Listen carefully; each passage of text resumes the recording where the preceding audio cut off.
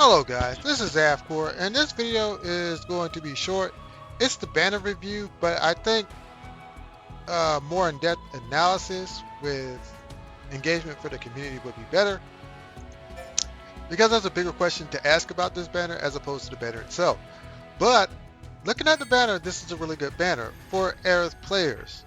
And I mean for Aerith players. If you're an Aerith player, this is a really good pull. First of all, Floral Gown is doing a couple of things that you'll want it to do. Boost HP is good on Aerith as she is the main support and the backbone of the team, so if she dies, it's pretty much over. So extra insurance is always great. This is a new addition to Aerith's usual kit, right? She can extend buffs and debuffs, and this is really good. So I want to show you pretty much like what this will influence. So if you go to wish list, go to Aerith, and you look at her weapons, and you say 1, 2, 3, 4, 5. If I'm correct, I think this actually does a debuff as well. Nope, that doesn't. That's not it. I think it's this one that does a debuff. Okay, so yeah, a lot of Aerith's weapons will actually benefit from this effect. Between HP heal, and HP stat extension, I think these are her two best costumes.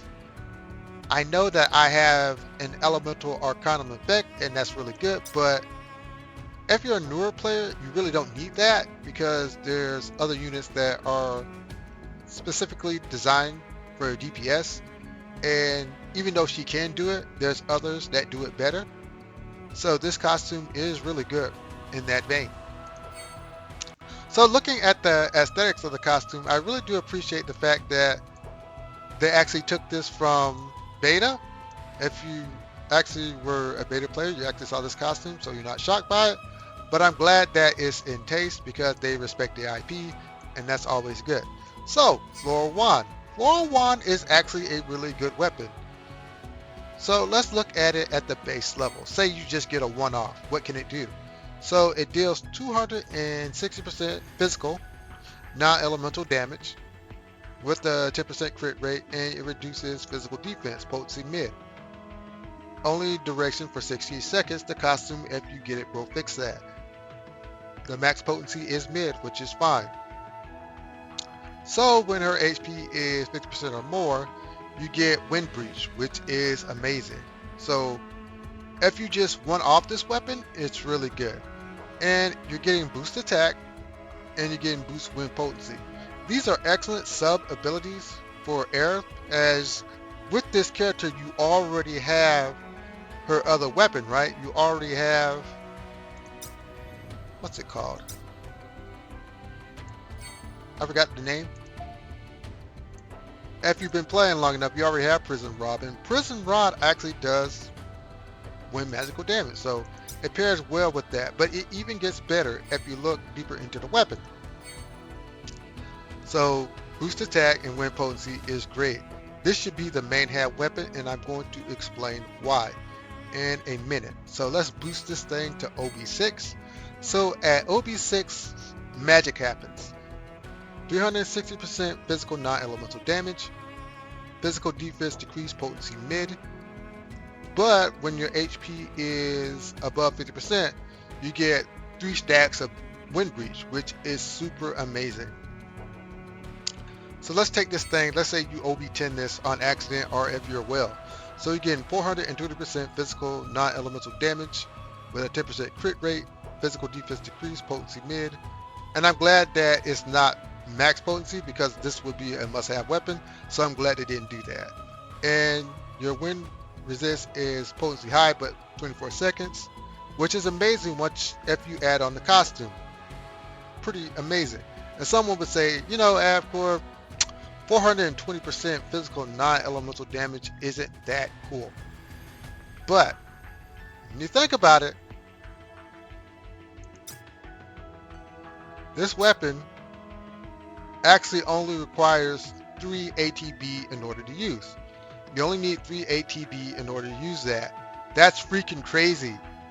I don't know what they were thinking with this weapon. This is serious, like, technical power creep. It's not like overwhelming power creep, but it's technical power creep. It's the type of power creep that if you really thought about it, this is a really good weapon for the ATB cost alone. That's insane. So if you OB10 this and you have 3 ATB, understand that ATB, when you use it, works in tandem with other weapons or with other skills. So this gives her a lot of flexibility in managing your ATB god. So hats off to them, but it is power creep. It is power creep. And we're going to see some more power creep. So, of course, for some reason, they thought Aerith needed another weapon with cure all spells. The weapon was good enough as is, but they added this. And I will say it's really extremely hard to get like purple cure material and gold cure material. But if you do, you know, this isn't a bad substitute. I mean, it's really good. Even better, you get attack boost wind. So if you wanted to put a magical wind attack here, then yeah, this would actually work. I can't believe they did it 30% on attack boost. That's insane. That's really insane because when you think about it, you get 30% on either physical or magic. That's really great. And physical attack boost is really good because if you wanted to use her as a physical attacker, this would be a really good weapon. Hate to say it, but it is what it is.